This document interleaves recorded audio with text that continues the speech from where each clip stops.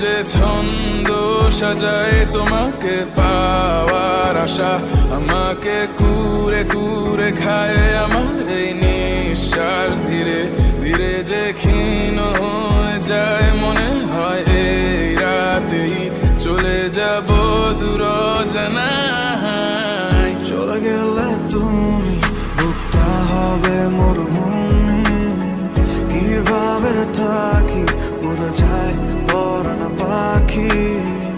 আমার মন কেন শুনছে না বারণ, আর মনে ভাবছে তোমায় কারণ